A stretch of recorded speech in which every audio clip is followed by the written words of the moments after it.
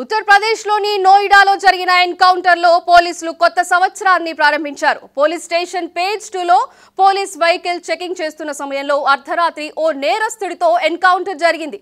పోలీసులు అడ్డుకునే ప్రయత్నం చేశారు. అయినా ఆ దుండగుడు ఆగలేదు. పోలీసులు ఆ దుండగుడిని వెంబడించడంతో వారిపై కాల్పులు తెగబడ్డారు. దీంతో ప్రతీకారంగా పోలీసులు కాల్పులు ప్రారంభించారు. ఆ తర్వాత ఓ బుల్లెట్ దుండగుడి కాళ్లకు తగిలింది. దీంతో అతనికి గాయాలయ్యాయి. దుండగుడిని వికాస్ అలియాస్ టోయేగా గుర్తించారు. టోయ్ తన సహచరులతో కలిసి మొబైల్ టవర్లోని విలువైన సామాగ్రిని చోరీ చేయడం వంటి ఘటనలకు పాల్పడేవారని పోలీసులు తెలిపారు. గ్రేటర్ నోయిడా పోలీస్ బృందంలోని కాస్మా పోలీస్ స్టేషన్లో సోమవారం అర్ధరాత్రి సిండ్రా రౌండ్ అబౌట్ లో తనిఖీ చేస్తోంది. ఇంతలో సైట్ 5 పోస్ట్ నుంచి ఓ వ్యక్తి మోటార్ సైకిల్ పై వస్తూ కనిపించాడు.